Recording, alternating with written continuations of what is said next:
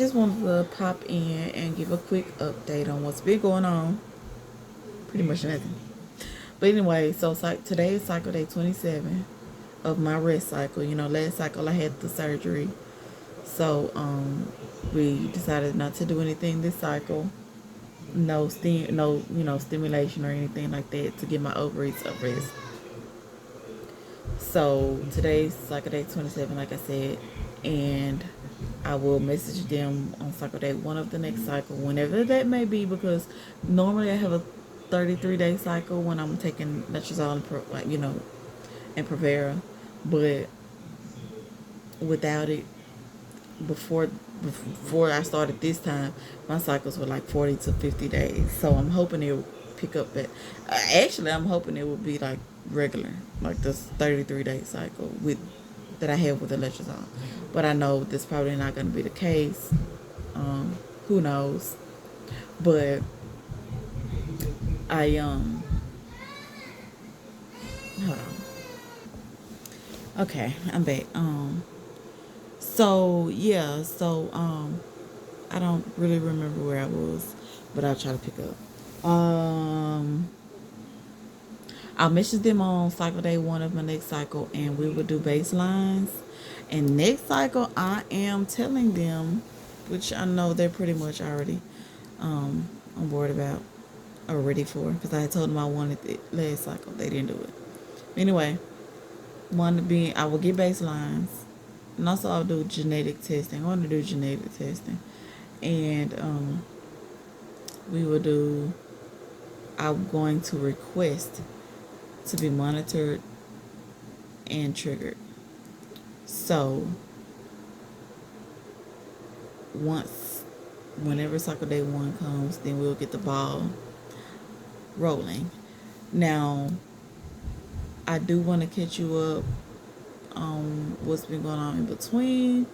Pretty much, I've been dealing with a lot of urinary tract infections or of something of the sorts. So I had some issue. I had an issue in around November, December. I had an issue January, especially when I take letrozole. For some reason, it just makes me more sensitive. I don't know what be going on, but I had one January, I think February, and then now I had one end of April because it's May. So the end of April I had one, and so when I got that one, I had brought it to my doctor's attention. I'm like, okay, well, I've had a few of these within the last couple of months. So I'm like, you know, and I know the last one had, I'm trying to get my camera, hold on.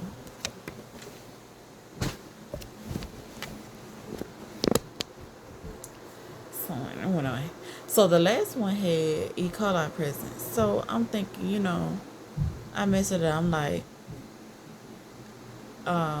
what's going on? Is there anything I could do?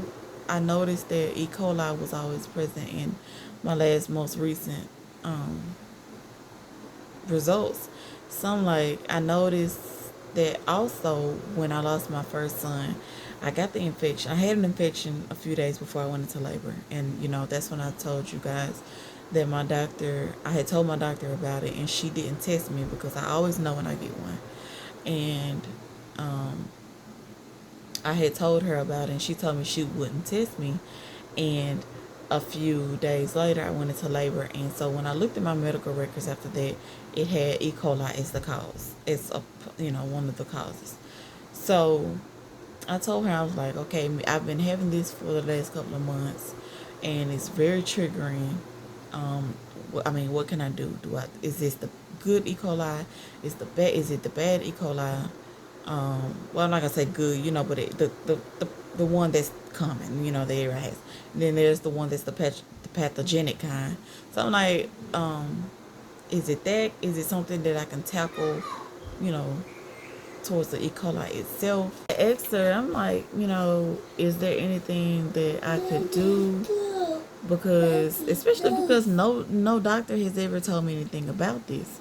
They never mentioned the fact that I kept having them. They never said anything about the constant problem with the E. coli. No one ever said anything to me about that, and I felt some type of way about that. So yeah, I'm like, what can I do?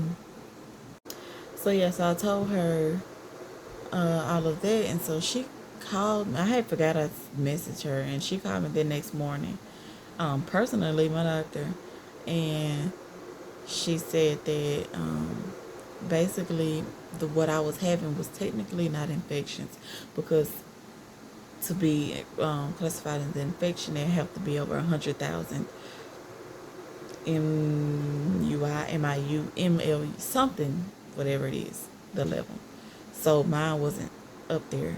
Now it hasn't been like the last couple of times, but in the past, she went through my records all, like while we were on the phone. She went all the way back to 2017, and she was basically, most of them were caused by E. coli, but the ones that I've been having lately weren't technically infections. So I kind of felt better when she told me that, even though I did antibiotics the first, each time. And I asked her, I said, well, do you think it's because I'm catching them so early? Because, like, when I get the infection, my symptoms start, like, right then. Like, and it's hard. It's hardcore. Like, I start the bladder spasms and the bleed spotting and things like that. Like, it comes hard, like, within the second day. So I she had been giving me the Macrobid, and I've been taking the Uramar to lessen the side effects, and that really helps. So then, this was a couple of weeks ago. So then, on the seventh day, the last day, I talked to her. I think that's the day I sent the message. The last day, the day before the last day of my last antibiotics. So day 5, I think. Yeah. So then day 6, she called me personally and talked to me. So then day 7, I think I was fine. No, I'm gonna go back. Day 6 is the day I messaged her. Day 7 is when she called me. Day 8, which was after the last pill, because you take it for 7 days, I messaged her again, because I'm like, y'all will not believe I'm having the same pain again. And this was just last week. So I'm like, what the heck is going on? Like, I just finished my whole course of antibiotics. I've been taking the Uramar to lessen the pain. And then I stopped the Uramar because, of course, I was done with the antibiotics. So I didn't think I needed to take it anymore. Then I hear all of a sudden the pain comes back again. So I'm like, what in the world is going on? So yeah, I messaged them, and she called me, she said I can come in that same day to get another culture. And I already knew that it really wasn't going to be anything in it, because I just finished my antibiotics, and thought I had gotten taken care of. So I did the culture anyway, because I told her I want to see a urologist. And she said that, my doctor said that it was perfectly okay, perfectly fine if I wanted to see a urologist. And, she would really recommend that.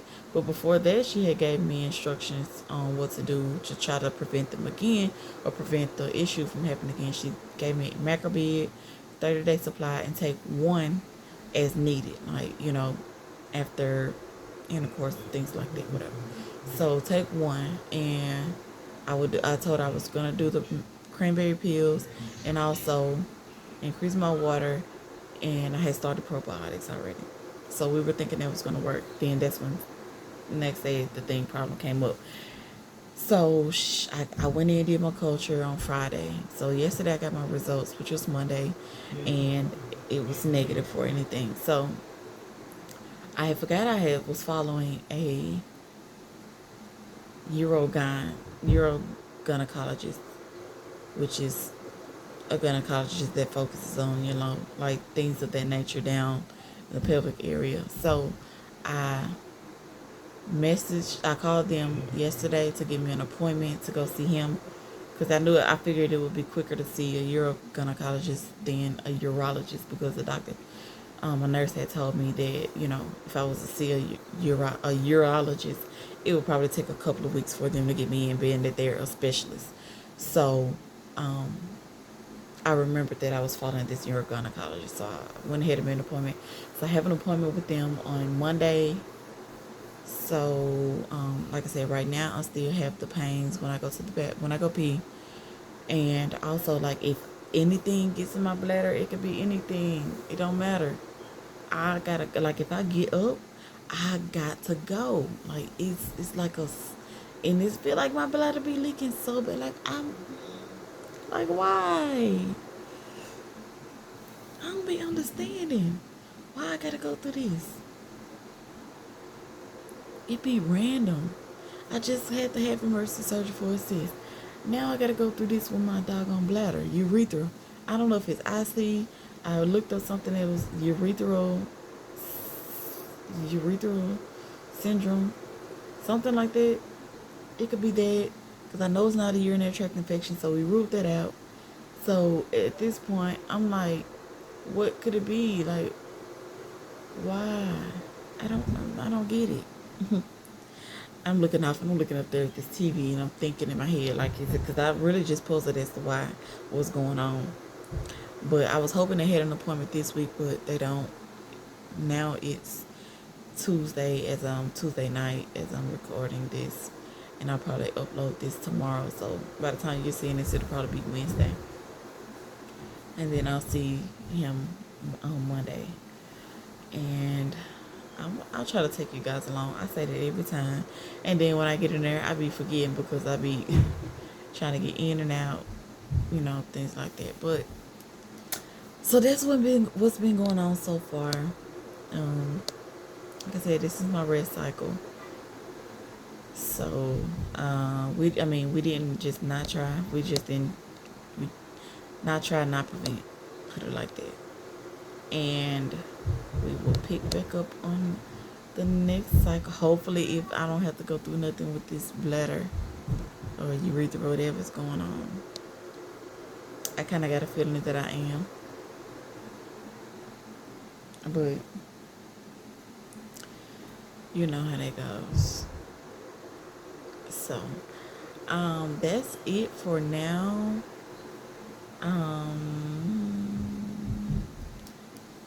Yeah, I guess I will catch you guys in the next video.